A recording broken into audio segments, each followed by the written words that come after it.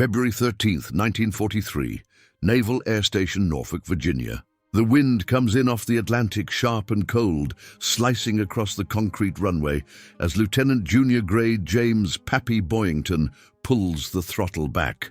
The engine of the F4U Corsair howls down from a roar to a growl, its massive three-bladed propeller chopping the air in front of a nose so long it blocks half the world ahead of him.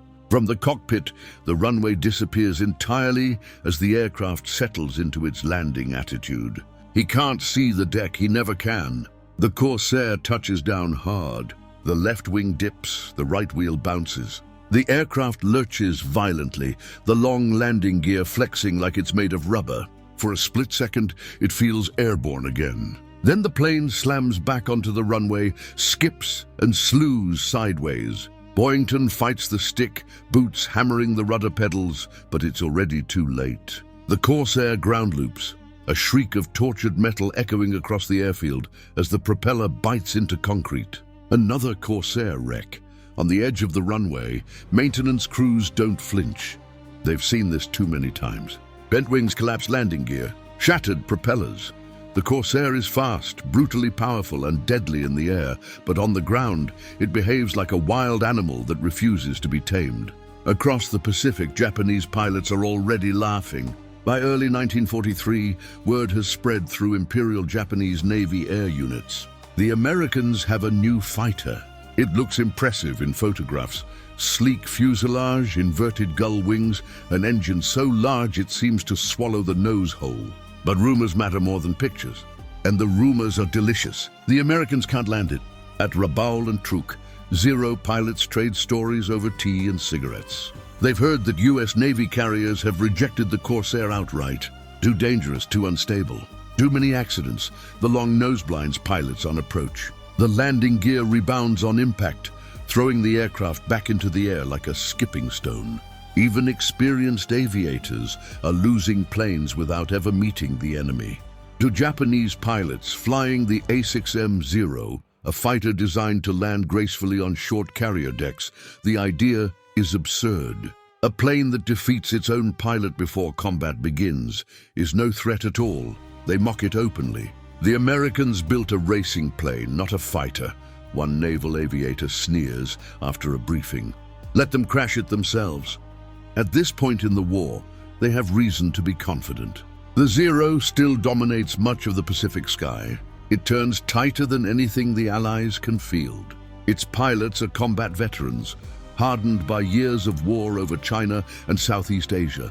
Against them, American aviators are often green, rushed through training, learning combat in the air instead of classrooms. And now, the Americans' newest aircraft seems to be defeating them before the Japanese ever have to lift off. Back in the United States, the problems are undeniable. The Corsair's design is radical. Built around the massive Pratt & Whitney R2800 double Wasp engine, one of the most powerful piston engines in the world, the aircraft was meant to be fast, very fast.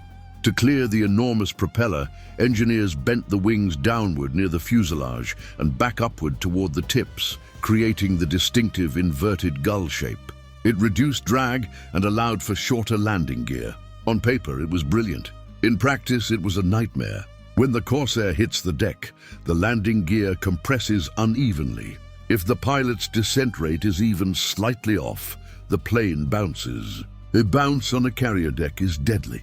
The Corsair leaps back into the air, stalls, then slams down again, often at an angle. Many pilots never get a second chance to correct it. Carrier trials are brutal. Plane after plane misses, arresting wires. Others strike the deck, rebound and clip barriers or parked aircraft.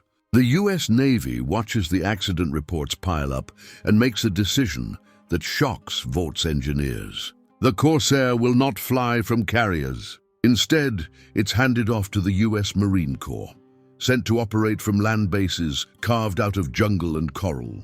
Officially, it's a reassignment. Unofficially, everyone knows the truth. The Navy doesn't trust it. In the Pacific, Japanese intelligence takes note. The Americans' most powerful new fighter isn't appearing on carrier decks. Zeros still face Wildcats and the occasional Hellcat, but the Corsair is nowhere to be seen at sea. To Japanese commanders, this confirms what their pilots already believe. The Corsair is flawed. Yet even as the jokes spread, something else is happening, something the Japanese cannot see. Marine pilots flying the Corsair from rough island strips begin to understand the aircraft. They learn its quirks the hard way. They adjust landing approaches, they modify technique. They survive crashes that would have destroyed lighter planes. And when they finally meet the enemy in the air, the laughter stops, if only for a moment. Because once the Corsair is airborne, it is something else entirely. And soon, the skies over the Pacific will become the last place any Japanese pilot feels safe. The laughter fades the first time a Corsair dives out of the sun and doesn't turn. April 1st, 1943, Guadalcanal, Henderson Field. The heat rises off the crushed coral runway in shimmering waves as Captain Kenneth Walsh of Marine Fighting Squadron VMF 124 advances the throttle. The Corsair surges forward like it's been kicked, the double Wasp engine roaring with a violence no Wildcat ever possessed. At rotation speed, Walsh hauls back on the stick. The aircraft leaps into the air, claws of horsepower dragging it skyward. This is where the Corsair belongs. At altitude, the aircraft is alive. Controls that feel heavy on approach snap into precision. The airframe stops fighting the pilot and starts working with him. Walsh levels off and glances at the engine gauges, all green.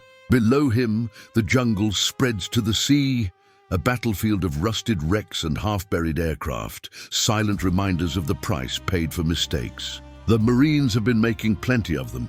VMF 124 is the first American unit to fly the Corsair in combat, and they are learning everything the hard way.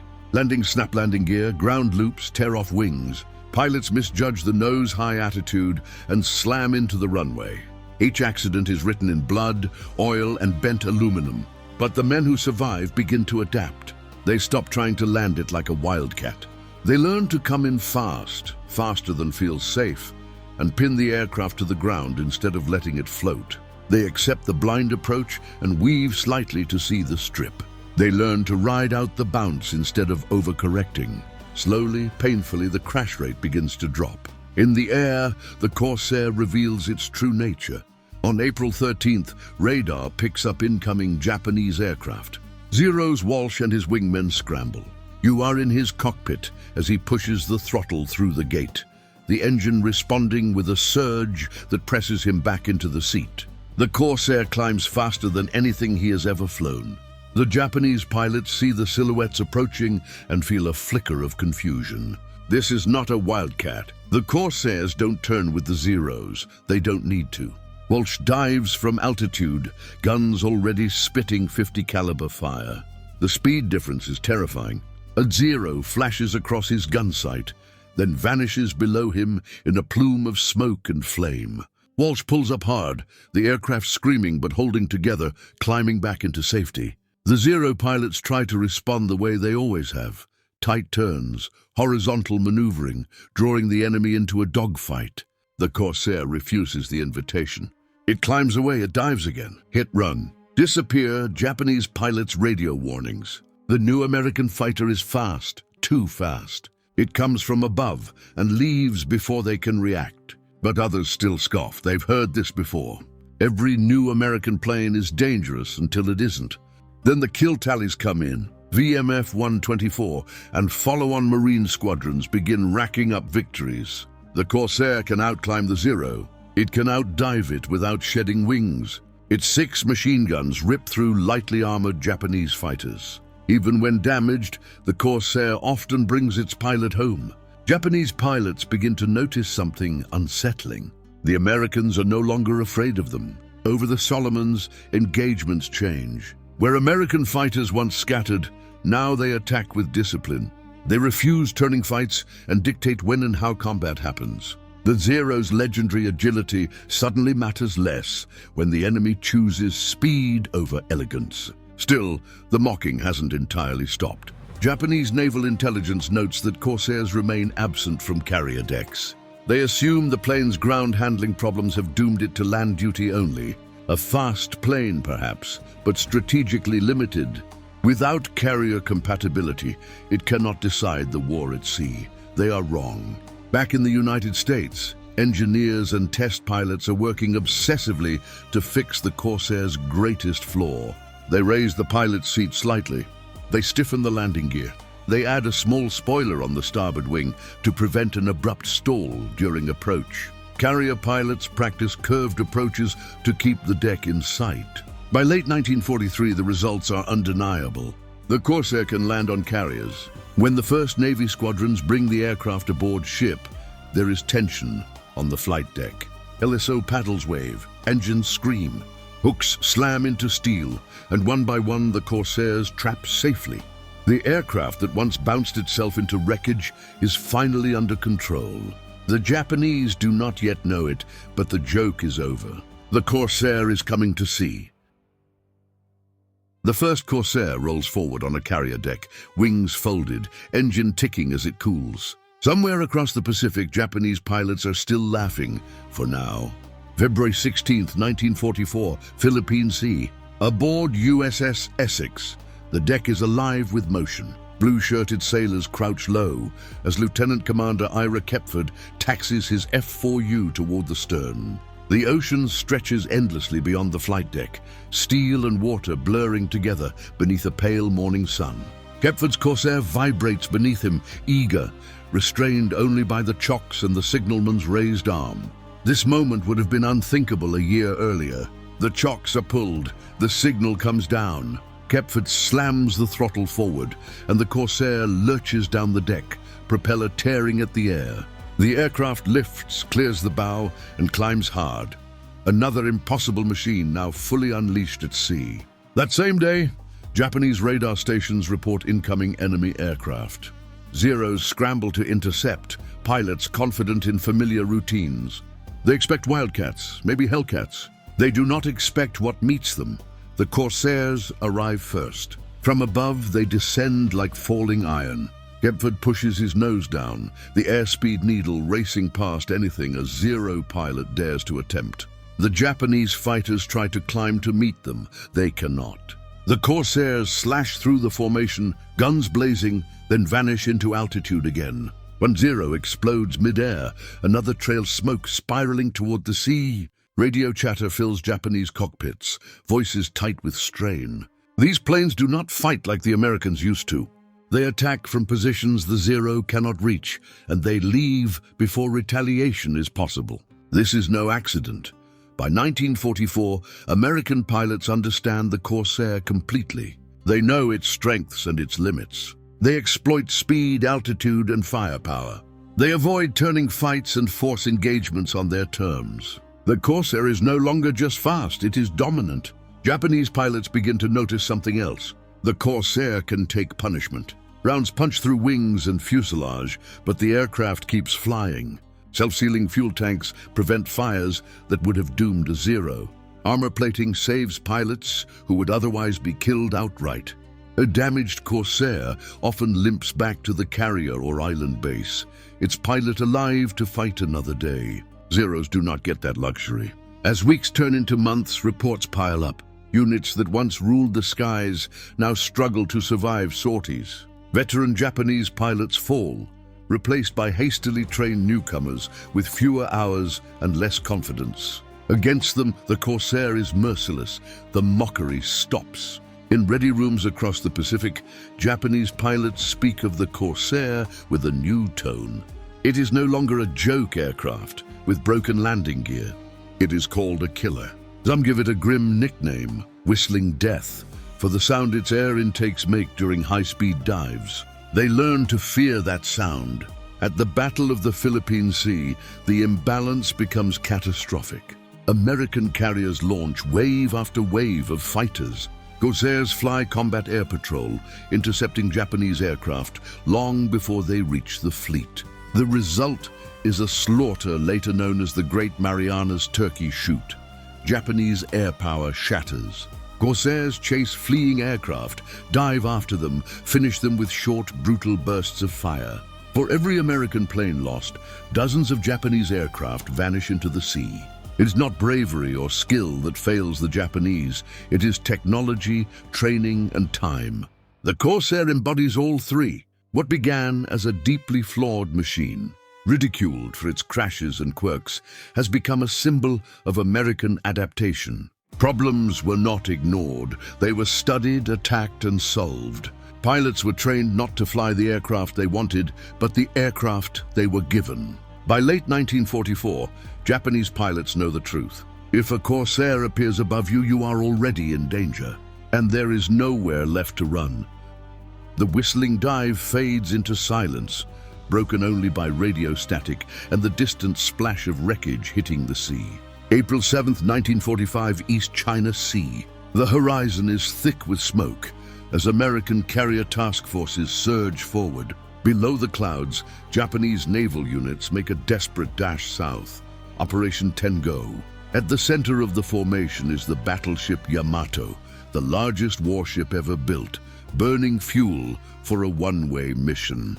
Above it all, Corsair's orbit. Lieutenant Thomas Hudner scans the sky from his cockpit, sunlight glinting off the bent wings of his F4U. By now, the aircraft feels less like a machine and more like an extension of his body.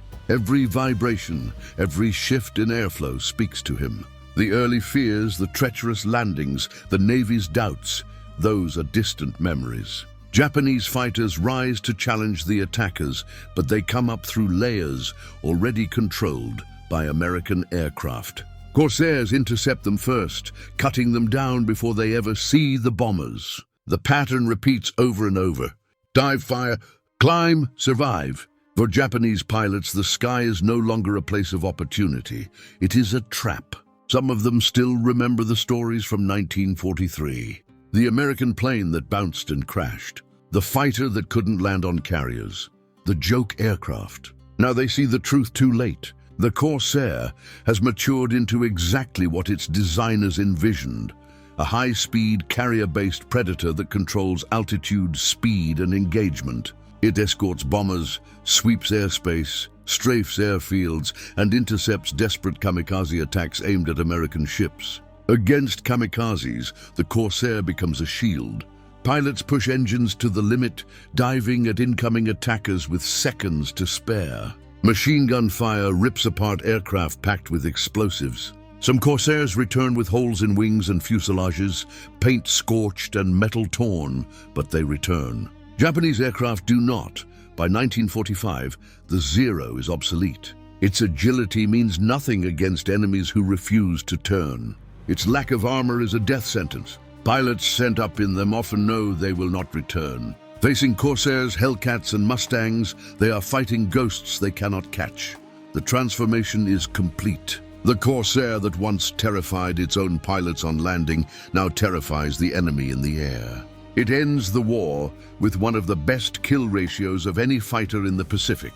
Marine and Navy squadrons swear by it. Pilots who once cursed its quirks now trust it with their lives. And the Japanese pilots who once mocked its landing gear, many never lived long enough to revise their opinion. When the war ends, Corsairs still sit on carrier decks, oil-streaked and scarred, wings folded like resting birds of prey. They have outlived their critics and outperformed expectations. The aircraft that almost failed has become a legend, not because it was perfect, but because it was improved. The story of the Corsair is not one of instant brilliance. It is the story of persistence, of pilots who learned to master a difficult machine, of engineers who refused to abandon a flawed design, of an enemy who laughed until the sky itself turned against them.